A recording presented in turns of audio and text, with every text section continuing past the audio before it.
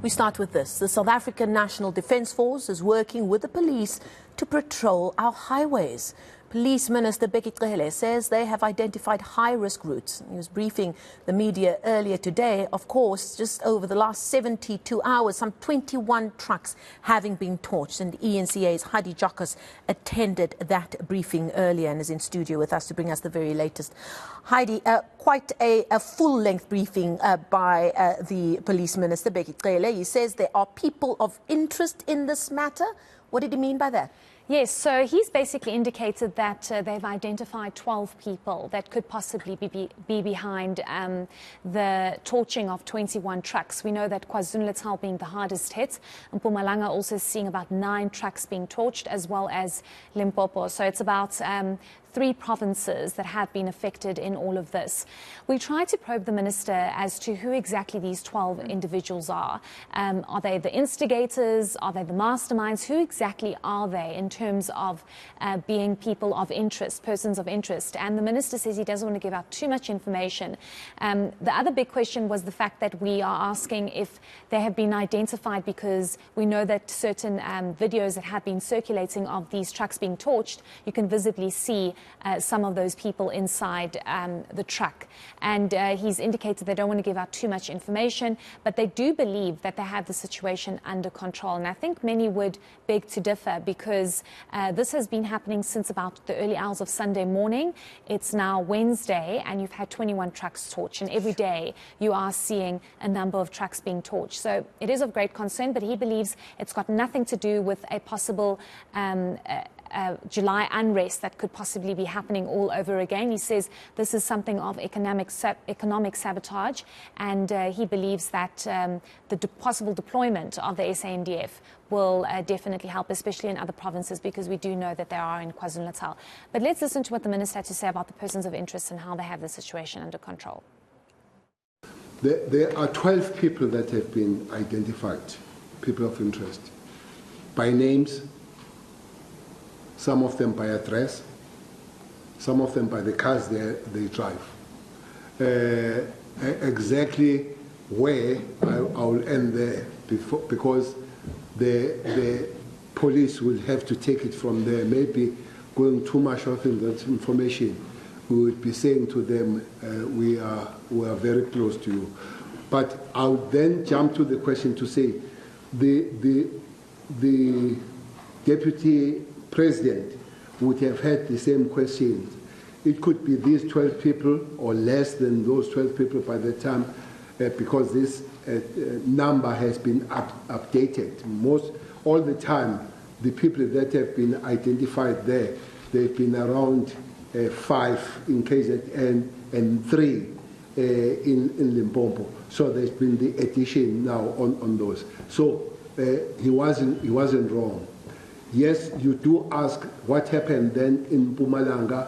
That's a part that, as the police, will have to find out what happened, and then we'll have the party that will have to respond to. Now, Heidi, here on eNCA, obviously we've been speaking to various people who can shed some light on what we're seeing develop on those highways involving trucks. One independent crime expert, Chris de Kock, as well as former SAPS General Jeremy Veery, saying that the lack of intelligence is making it difficult for investigators to make inroads to identify actual perpetrators, not just people of interest. But you heard the Police Commissioner, Fani Masemola, speak today, and he says that they have intelligence on these attacks. What more did he say? Yes, I think there was slight confusion, because some of the questions that were posed to the National Police Commissioner around where is intelligence, because this is almost how the July unrest started in 2021. Even though the minister saying he does not have any evidence at this point to suggest that it could be a repeat of the July unrest, they have indicated that intelligence is on the ground. They are picking up certain elements, and that's why they were able to identify the 12 people that could possibly be behind all of this. But I do think that there might be a lack of intelligence. Even listening to what some of the experts are saying, because apparently there were indications and red flags already last week that there could be this attack on trucks. also, we don't know what's behind this. Some are saying it's economic sabotage. Some are saying it's got to do with the fact that you have locals who want to be employed by these trucking companies, and they are rather employing undocumented persons. So there's a lot of confusion as to what really is behind all of this. But I also think the fact that they have been able to deploy the SANDF, especially to the Moy Plaza, which is a very key and strategic route leading into KwaZulu-Natal. So that is going to be imperative for them to find these strategic routes and see where they can deploy. They are going to rely on the SANDF a lot because SAPS obviously needs that extra support. But let's listen to the National Police Commissioner on the intelligence and the whole operation. Yes, intelligence was available, but not specific as to where and what. Hence, we had deployments already on our highways. We have beefed them up now, and we think we'll keep on beefing them up. How long are we going to be on the highways?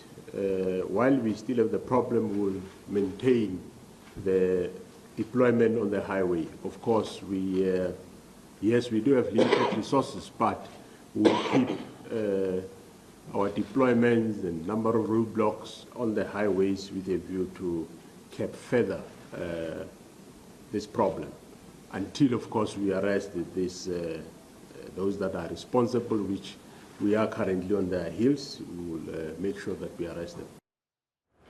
So Heidi, just in closing, I mean, we heard there from both the National Police Commissioner, Police Minister as well, saying they're not going to leave any stone unturned, that they do actually have intelligence. But I suppose from a strategic point of view, because let's face it, these things don't happen in a bubble. Do we know, for example, what was on these trucks? Is that something that should be looked at as a potential piece of information that should steer the investigation going forward? It's a very interesting question, and I think very important question here, because we do know in Limpopo, Mpumalanga and KwaZulu-Natal, a number of trucks had coal. They were carrying coal. And if I'm not mistaken, it's about 4 trucks in Mpumalanga that were carrying coal that were torched, as well as in KwaZulu-Natal. So that becomes a concern. Our colleague Masejo was asking me if this has anything to do with the fact that we're in stage 6 load shedding, and I said, please not. Maybe that's pushing it, because just yet, but yeah. Because the last time we were told we in severe load shedding because the coal got wet. So, I mean, anything's possible in this country at this point. This coal got torched. Yeah. So, I mean, one doesn't want to make light of it, but I mean, these are important questions to ask. Yes. Yeah. And the other truck had, for example, fruit, apples and bananas or something like that. So they are obviously looking at what's on the truck and also making sure that is the truck just being torched, or is it being torched and then what's on it is being taken as stolen. And it doesn't seem as though that's really happening at this point. It just seems as though they are targeting not specific trucks, but just in specific areas. So that just might be economic sabotage. To create some kind of disruption. And of course, as we heard from our colleague Sipa Mandla, it's creating a lot of anxiety amongst the drivers as well as the truck owners involved. I suppose it's key when a flare-up of this kind of violence happens that every hour counts. Did you get a sense that there was an urgency about putting a lid on this, that let's say the next 2 nights are of key importance? I would say that there is some urgency. It's very worrying. You can't have 21 trucks being torched from early hours of Sunday morning. It's Wednesday.